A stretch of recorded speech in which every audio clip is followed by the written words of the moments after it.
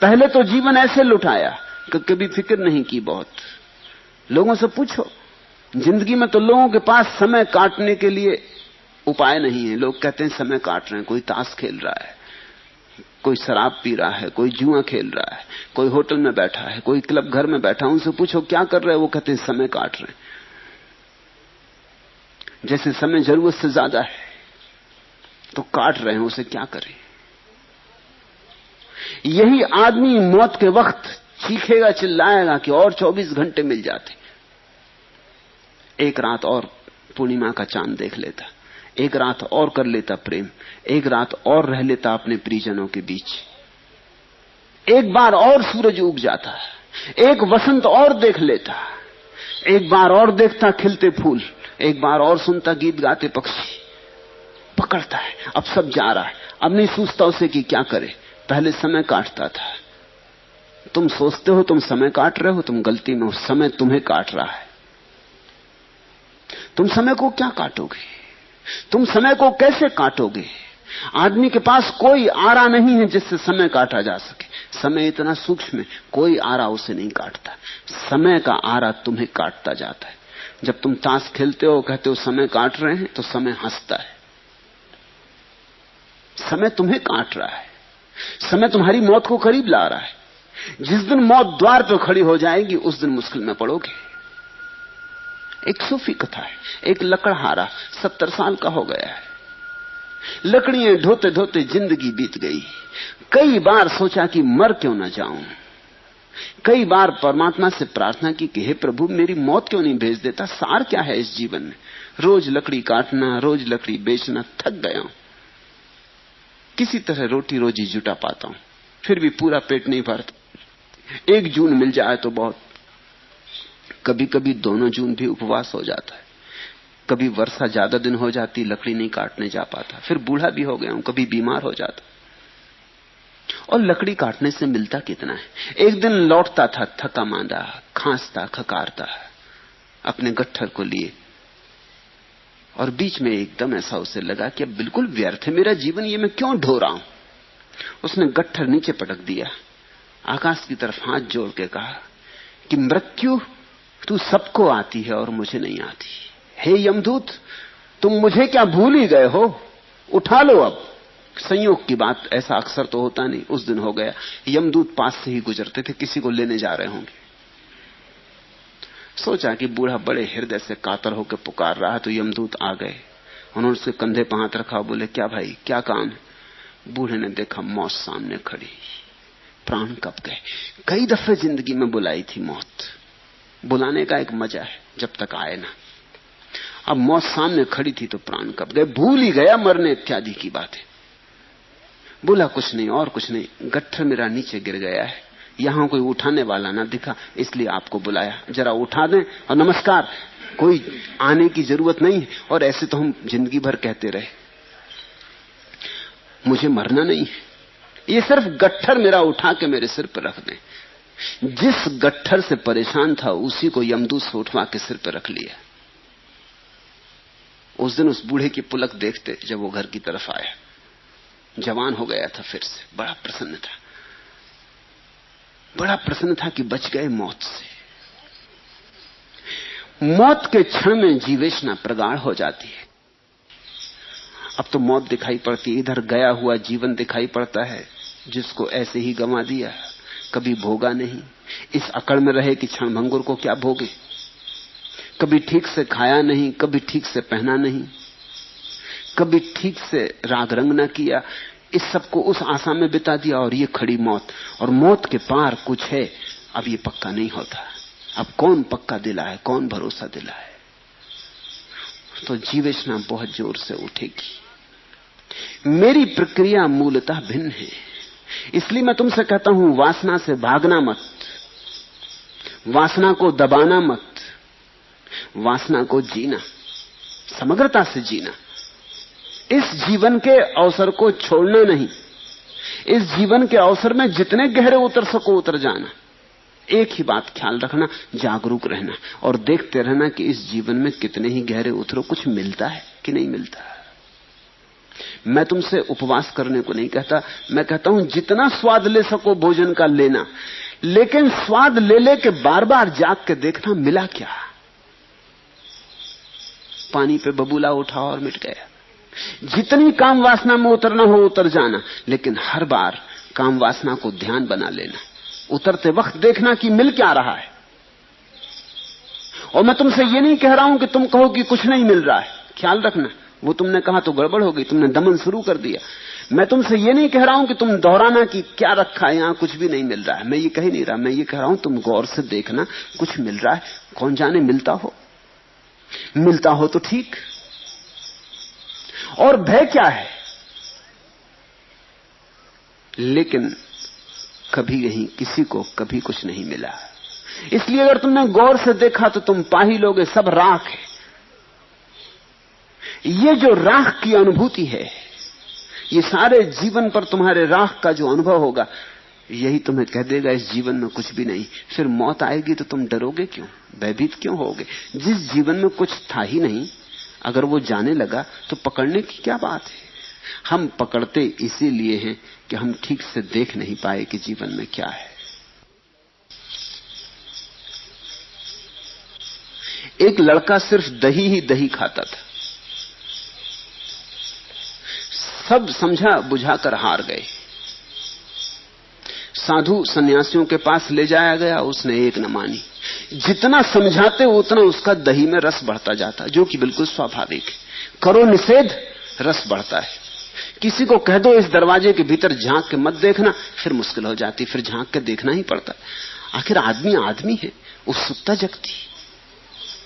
जिस चीज को दिखाना हो लोगों को, उसको छिपाना, मगर इस ढंग से छिपाना कि लोगों को पता चल जाए कि तुम छिपा रहे हो, बस फिर लोग आ जाएंगे। तुमने देखा ना, जिस फिल्म में सब बच्चों को बुलाना हो उस पर लिख दो केवल वयस्कों के लिए, सब चले।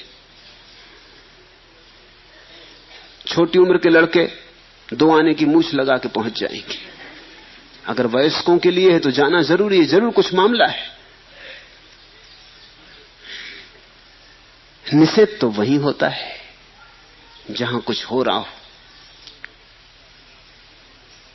विज्ञापनदाता लिख देते हैं पढ़ना मना है विज्ञापन के ऊपर, कृपा करके इसको मत पढ़िए। फिर आप बिना पढ़े आगे नहीं निकल सकते। कैसे निकलेंगे? जितना समझाया साधु सन्यासियों ने, गुरुओं ने कि दही बहुत बुरा है, उन्होंने बड़ी बड़ी आयुर्वेद से उल्लेख किए कि दही के क्या क्या नुकसान है, उतना ही उसका रस दही में बढ़ता गया। आखिर एक बूढ़े आदमी के पास उसे ले जाया गया। रहा होगा बूढ़ा कुछ मेरे जैसा। उसने क्या कहा? उसने कहा बेटा दही खाना कभी मत छोड़ना, इसमें बड़े गुण हैं, ये तो लाख दवाओं की दवा है दही। वो बेटा भी चौंका कि इतने दिन हो गए कभी किसी ने ये नहीं कहा। जिसके पास गए वही दही के खिलाफ था। ये बूढ़ा होश में है। मानता तो वो भी था कि खराब है, क्योंकि तकलीफ तो वो भी भोगता था दही के कारण। सर्दी जुकाम पकड़े रहता, बुखार आ जाता। अभी जवान था लेकिन फीका होने लगा था, दही मारे डाल रहा था। मगर जितना लोग समझाते थे उतनी जिद पकड़ती जाती थी, तो अहंकार भी अकड़ता जाता था। इस बूढ़े की बात उसने भी जरा चौंक के सुनी। उसने कहा क्या कह रहे महाराज, दही में बड़े गुण। उसने करे लाख दवाओं की दवा है दही, रामबाण समझो। इसे तुम कभी भूलनी मत, चूकनी मत। दुनिया कुछ भी कहे तुम डटे रहना। उसने कहा तो जरा बताइए क्या गुण है, क्योंकि उसने दुर्गुण तो बहुत सुने थे, उसे एक आदमी नहीं मिला था कभी जिसने कोई गुण बताए हों। उस बूढ़े ने कहा कौन से गुण? गुण ही गुण है। जैसे समझो, पहला, एक की दही खाने वाले की कभी चोरी नहीं होती। वो युवक भी चकित हुआ कि ये भी खूब गुण, दही खाने वाले की चोरी नहीं होती। 2 की दही खाने वाले की कभी पानी में डूबकर मृत्यु नहीं होती। उसने देखा कि बूढ़ा पागल तो नहीं है, दही से पानी में डूबने का क्या संबंध। और 3 के दही खाने वालों को कभी कुत्ता नहीं काटता। उसने कहा आप होश में तो हैं, क्या बातें कर रहे हैं, किस शास्त्र में लिखा है, आयुर्वेद में कहां लिखा है? और बूढ़े ने कहा सुन, और 4 कि दही खाने वाला कभी बूढ़ा नहीं होता। वो युवक तो बोला कि मैंने बहुत ज्ञानी सुने, मगर आप कुछ अलग ही तरह के ज्ञानी, जरा मुझे विस्तार से समझाइए। ये सुनकर उस बूढ़े ने कहा, सुनो, पहले तो बिल्कुल साफ है, सारी बात साफ है। दही खाने वाला रात भर खांसता है, चोर उसके घर में घुस कैसे सकते? इसलिए दही खाने वाले की कभी चोरी नहीं होती।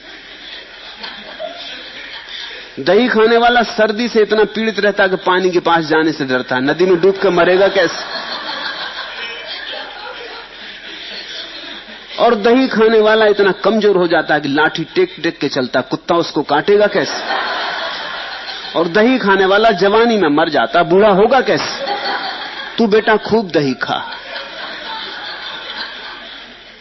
कहते हैं उसी दिन उस युवक का दही खाना छूट गया। मैं भी तुमसे यही कहता हूं, खूब दही खाओ, न तुम्हारी चोरी होगी, न कुत्ता तुम्हें काटेगा, न पानी में डूब के मरोगे, न तुम बूढ़े होगे।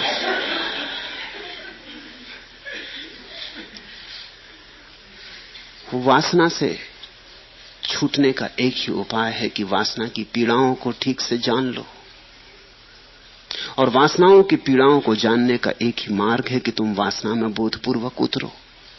इसलिए मैं तुमसे कहता हूं, वासना से लड़ो मत, भागो मत, जागो। जिस दिन वासना की व्यर्थता साफ हो जाएगी, उस दिन ये सारा जीवन व्यर्थ हो गया। फिर मौत द्वार पर आएगी तो तुम मौत को धन्यवाद दे सकोगे। शिकायत क्या है? मौत तुम्हें मुक्त कर रही उस सब उपद्रव से जो चल रहा था। मौत तुमसे छीन ही नहीं रही कुछ, क्योंकि तुम्हारे हाथ में कुछ था ही नहीं। तब तुम मौत का आलिंगन करोगे, अभिनंदन करोगे। और जो व्यक्ति मृत्यु का अभिनंदन करने में समर्थ हो गया, मौत उसके लिए मोक्ष का द्वार बन जाती है। और जब तक संसार की खोज पूरी न हो जाए, ईश्वर की खोज कैसे शुरू हो? तुम्हारे महात्मा तुम्हारी संसार की खोज पूरी नहीं होने देते, वो तुम्हें अटका रखते। वो तुम्हें अपने ही जीवन में, अपने जीवन के अनुभव में उतरने नहीं देते। वो तुम्हें कच्चा ही वृक्ष से तोड़ लेते हैं, तुम पक नहीं पाते। ईश्वर की खोज तो तभी हो सकती है जब संसार बिल्कुल व्यर्थ है, आत्यंतिक रूप से व्यर्थ है, ऐसा बोध गहन हो जाए।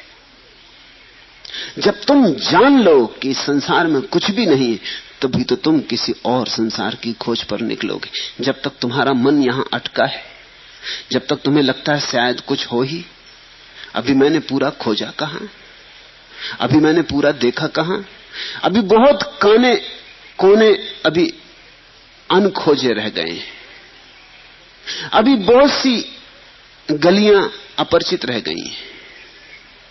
तो तुम ईश्वर को खोजोगे कैसे? ईश्वर के खोज का मौलिक अर्थ इतना ही होता है कि संसार की व्यर्थता प्रमाणित हो गई, अपने ही अनुभव से प्रमाणित हो गई। फिर तुम उसे ईश्वर नाम दे सकते हो, या मोक्ष, या निर्वाण, या सत्य, जो भी तुम नाम देना चाहो। लेकिन उसके पहले खोज शुरू नहीं होती।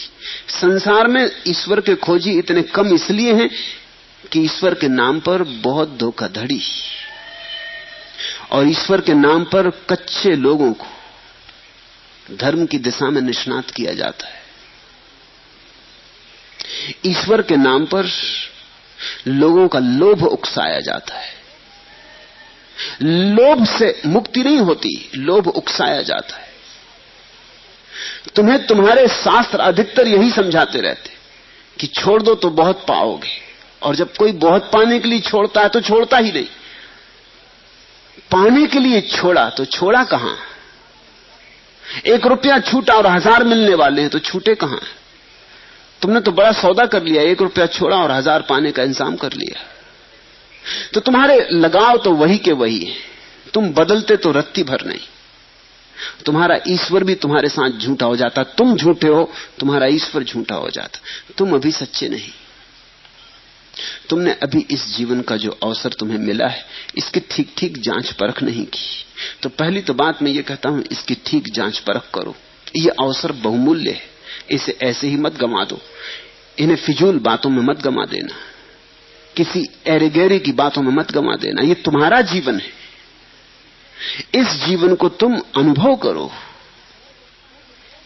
तुम्हें अगर क्रोध उठता है तो क्रोध का अनुभव करो, ताकि क्रोध की पीड़ा साफ हो जाए, इतनी साफ हो जाए कि उसी स्पष्टता के कारण क्रोध करना मुश्किल हो जाए। तुम्हें काम है तो काम में उतर जाओ, मगर इतने गहरे उतर जाओ कि तुम्हें काम में कुछ भी सार नहीं है, ऐसा सूत्र उपलब्ध हो जाए जीवंत अनुभव से। तुम्हें धन की दौड़ है, कोई हर्जा नहीं, दौड़ लो, जल्दी कुछ भी नहीं है। अगर तुम बिना धन की दौड़ में गए और महात्मा हो गए तो तुम महात्मा होके भी धन की दौड़ ही जारी रखोगे, कुछ फर्क ना पड़ेगा। अगर तुम्हें राजनीति में रस है तो लड़ ही लो चुनाव, उतर जाओ उसी उपद्रव में, हो ही लो पागल। अगर तुम बीच में ही लौट आए, गए नहीं, कह रहे उसमें क्या रखा है, बुद्धिमानों की बात मान ली, उधार बात मान ली कि बुद्धिमान कहते हैं राजनीति में क्या रखा है, और तुम गए नहीं, तुम महात्मा हो जाओगे, लेकिन तुम्हारी जिंदगी राजनीतिक की ही जिंदगी होगी। तुम बैठ जाओगे आसन लगा के, लेकिन तुम्हारे भीतर राजनीतिक मौजूद रहेगा। जीवन में रूपांतरण अनुभव से आते हैं, भीतर की बदलाहट से आते हैं, बाहर की बदलाहट से नहीं। धर्म के नाम पर लोगों ने बाहर खूब बदलाहटें कर ली। मैंने सुना है, एक रूसी कथा है, एक कौआ बड़ी तेजी से उड़ता जा रहा था।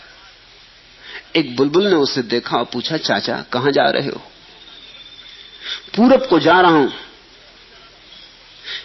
यहां मेरा रहना दूभर हो गया है, कौए ने कहा। कोयल ने पूछा क्यों? कौए ने कहा, यहां मेरे गान पर सभी को ऐतराज है। मैं गाता नहीं, मैंने शुरू गाना नहीं किया कि लोग ऐतराज करने लगते, अरे बंद करो, बकवास बंद करो, कांव बंद करो। यहां गाने की स्वतंत्रता नहीं और सबको मेरे गाने पर ऐतराज है। कोयल ने पूछा, लेकिन जाने मात्र से तो तुम्हारी समस्या हल नहीं होगी, पूरब जाने से क्या होगा? कौए ने कहा, क्यों? कौए ने आश्चर्य पूछा, इसलिए कि जब तक तुम अपनी आवाज नहीं बदलते, पूरब वाले भी तुम्हारे गाने पे ऐतराज उठाएंगे, पूरब वाले भी तुम्हारे गाने को इसी तरह नापसंद करेंगे। कुछ फर्क ना पड़ेगा, तुम्हारी आवाज, तुम्हारा कंठ बदलना चाहिए। परिस्थिति बदलने से कुछ नहीं होता, मनस्थिति बदलनी चाहिए। एक आदमी ग्रस्त था, गृहस्थी से अभी मुक्त तो मन न हुआ था, लेकिन संन्यास्त हो गया। अब वो संन्यास्त होके नई गृहस्थी बसाएगा। एक आदमी के बेटे बेटी थे, उनसे छूट गया, तो शिष्य शिष्याओं से उतना ही मोह लगा लेगा, कोई फर्क ना पड़ेगा। कोयल ने ठीक कहा कि चाचा, पूरब जाने से कुछ भी ना होगा, लोग वहां भी तुम्हारी कांव पर इतना ही ऐतराज उठाएंगे। ईश्वर के खोजी संसार में इसलिए कम है कि ईश्वर के झूठे खोजी बहुत ज्यादा हैं, और ईश्वर के झूठी खोजी होने में बड़ी सुगमता है। कुछ बदलना नहीं पड़ता और बदलने का मजा आ जाता, धार्मिक होना नहीं पड़ता और धार्मिक होने का रस और अहंकार। कच्चे लोग फलों से, वृक्षों से तोड़ लिए गए, कच्चे फल पके नहीं थे, पकने का मौका नहीं मिला था। मैं तुमसे कहता हूं नास्तिक रहना। अगर नास्तिकता अभी तुम्हारे लिए स्वाभाविक मालूम पड़ती हो, अभी आस्तिक होने की जरूरत नहीं, फिर अभी घड़ी नहीं आई, जल्दी क्या है? अभी कच्चे हो, पको। जिस दिन नास्तिकता अपनी ही समझ से गिर जाए और जीवन में स्वीकार का भाव उठे, उसी दिन आस्तिक बनना, उसके पहले मत बन जाना। नहीं तो झूठा आस्तिक सच्चे नास्तिक से बदतर हालत में हो जाता है। सच्चा नास्तिक कम से कम नास्तिक तो है, सच्चा तो है, कम से कम जो भी उसके भीतर है वही उसके बाहर तो है। अधिकतर लोग भीतर से नास्तिक हैं, बाहर से आस्तिक हैं। मंदिर में जाते हैं, सिर भी झुकाते, मस्जिद में नमाज भी पढ़ाते, और भीतर न नमाज होती, न सिर झुकता, न प्रार्थना उठती। भीतर तो वो जानते हैं कहां रखा परमात्मा इत्यादि, मगर ठीक है, औपचारिक है, कर लेने से लाभ रहता, लोग देख लेते हैं, धार्मिक है, दुकान अच्छी चलती, लड़की की शादी करनी, बेटे को नौकरी लगवानी। अगर लोगों को पता चल जाए नास्तिक हो तो लड़के को नौकरी ना मिले, लड़की की शादी मुश्किल हो जाए। मेरे पास लोग आते, वो कहते हैं आपकी बात बिल्कुल जस्ती, लेकिन अभी लड़की की शादी करनी। अभी बेटे को नौकरी लगवानी, अभी जरा ठहरे। आपकी बात बिल्कुल जस्ती, मगर जरा पहले हम निपट लें, नहीं तो झंझट होगी, असुविधा होगी खड़ी। आप जो कहते हैं ठीक हमें मालूम पड़ता, और जो हम मानते हैं वो गलत मालूम पड़ने लगा है, लेकिन अभी हम छोड़ेंगे नहीं, अभी औपचारिकता निभा लेंगे। ऐसे लोग औपचारिक रूप से धार्मिक है, दिखावे के लिए धार्मिक है। ये एक तरह की सामाजिकता है, इसका कोई धर्म से संबंध नहीं। फिर ईश्वर की खोज पर कठिनाइयां हैं, सुगम नहीं है बात, पहाड़ की चढ़ाई है, घाटियों में उतरने जैसा नहीं। जैसे एक पत्थर को लुढ़का दो चोटी पर से, तो फिर कुछ और नहीं करना पड़ता, एक दफा लुढ़का दिया तो खुद ही लुढ़कता हुआ घाटी तक पहुंच जाता है। लेकिन पत्थर को पहाड़ पे चढ़ाना हो तो लुढ़काने से काम नहीं चलता, खींचना पड़ता है, थक जाओगे, पसीने पसीने हो जाओगे। जटिल है, दुरूह है, दुर्गम है, खतरनाक है।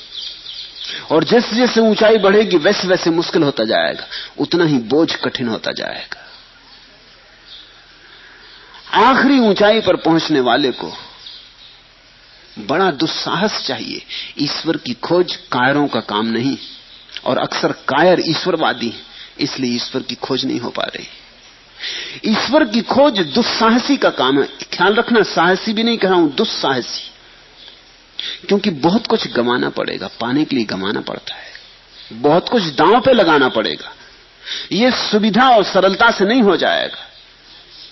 पूरा जीवन जुआड़ी की तरह लगाने की जिनकी हिम्मत होती है वे ही।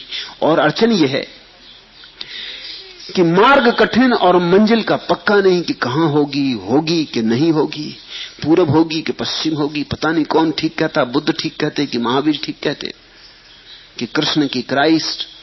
हजार विकल्प हैं और मंजिल बहुत दूर है, कुहासे में छिपी है, और रास्ता बड़ा दुर्गम है। 4 कदम तक दिखाई पड़ता है, फिर रास्ता अंधेरे में दबा है। इसलिए जो लोग जीवन की व्यर्थता को पूरी तरह समझ गए हैं, और जो जानते हैं कि चाहे ईश्वर ना भी हो तो भी खोजने योग्य है, क्योंकि यहां जीवन में तो बैठे रहने से कुछ भी सार नहीं, यहां जीवन तो व्यर्थ हो ही गया। अब उठ पड़ो, चल पड़ो, अब दांव पे लगाया जा सकता है। खोने को कुछ भी नहीं है, अगर मिला तो ठीक, नहीं मिला तो कुछ भी नहीं खोया। खोने को कुछ था ही नहीं, जीवन को तो देख लिया था, सब पन्ने पढ़ के देख लिए थे। फिर सत्य की खोज पे बड़ी कसौटियां आती। मैं एक छोटी सी घटना पढ़ रहा था। ईसाई संत हुई, अपूर्व महिला हुई, तेरेसा। दुनिया में थोड़ी सी महिलाओं ने ऐसी ऊंचाई पाई है, किसी मीरा ने, सहजों ने, दया ने, लल्ला ने, बहुत थोड़ी सी महिलाओं ने। तेरेसा उनमें से एक है। तेरेसा एक बार एक नाले को पार कर रही थी, चूक से उसका पैर फिसल गया और वो बाढ़ आए नाले में डूबते डूबते बची। पैर में चोट भी खा गई, मोच भी आ गई, चमड़ी भी छिल गई पत्थर पर गिर के, संभवतः हड्डी भी टूट गई हो। वह बूढ़ी भी हो गई थी। किसी प्रकार किनारे लगी और उसने सिर उठा के ईश्वर से कहा, आकाश की तरफ देखकर कहा, हे प्रभु, मुझसे व्यवहार करने का ये कैसा तुम्हारा ढंग? Is this the way you treat me? ये कोई बात हुई? एक बूढ़ी औरत को ऐसे गिरा देना बीच नाले में। सब छोड़ दिया था परमात्मा पर, तो जिन्होंने सब छोड़ा है वही इसी तरह की दिल खोल के बात भी कर सकते कि ये कोई बात हुई, ये कोई ढंग हुआ तुम्हारा, ये कोई व्यवहार है। और उत्तर में उसने आकाशवाणी सुनी, कभी कभी मैं अपने मित्रों के साथ ऐसा व्यवहार भी करता हूं, but sometimes this is how I treat my friends. ईश्वर की आवाज गूंजी कि हां, ऐसा ऐसा कभी कभी मैं व्यवहार अपने मित्रों के साथ करता हूं, शत्रुओं के साथ तो ईश्वर बड़ा दयालु, क्षमा करने को तैयार, मित्रों के साथ बहुत कठिन। कारण मित्रों को कसता है, मित्रों के लिए परीक्षा। शत्रुओं को क्या कसना, वे तो वैसे ही भटके हैं, उन पर दया करता है। मित्रों को कसता है, पहुंचने के करीब करीब हो रहे, घर करीब आ रहा, कसावट बढ़ती जाती, उनकी परीक्षा लेता, परीक्षण करता है। सो ईश्वर की आवाज ने कहा, but sometimes this is how I treat my friends. अपने मित्रों के साथ ऐसा व्यवहार कभी कभी मैं करता हूं। तैरासा ने कहा, तब सुन लो, तब कोई आश्चर्य नहीं कि तुम्हारे मित्र इतने थोड़े क्यों हैं। Then no wonder you have so few of them. तुम पूछते हो ईश्वर के इतने खोजी कम है, क्यों है? इसीलिए ईश्वर खूब परीक्षा करता है। मगर तेरे सा जैसी हिम्मत की औरत ही ऐसी बात कह सकती तो सुन लो, उसने कहा। फिर इसलिए बैठे रहते अकेले,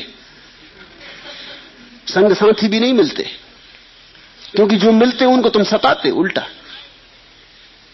अब ये बूढ़ी औरत को ऐसे फिसला देना, ऐसे गिरा देना, हड्डी तोड़ देना, ये भी कोई बात हुई? आदमी थोड़ा शिष्टाचार का भी ख्याल रखता है, इसका भी तुम्हें ख्याल नहीं। मगर ये बड़े प्रेम में बातें कही गई। बात महत्वपूर्ण है। महत्वपूर्ण यह है कि तेरेसा ने कहा, इसलिए तुम्हारे मित्र इतने कम हैं। अब मैं जान गई कि तुम्हारे मित्रों की संख्या कम क्यों है। कसौटी है।